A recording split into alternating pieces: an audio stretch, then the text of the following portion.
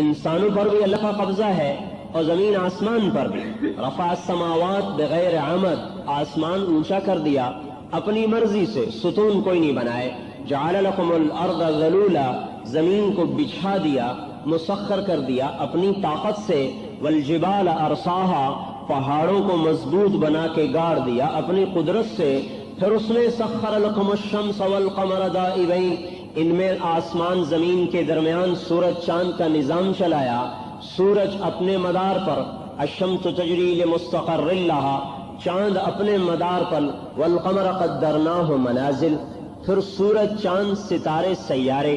الشمس والقمر والنجوم مسخرات بامرہ, ان میں کتنے خرب ہا خرب 5 ارب کہکشائیں ہیں جو اس خلا میں گردش کرتی ہیں, جن کو دیکھا جا چکا ہے, جن کو دیکھا نہیں اس کا علم اللہ کے پاس ہے.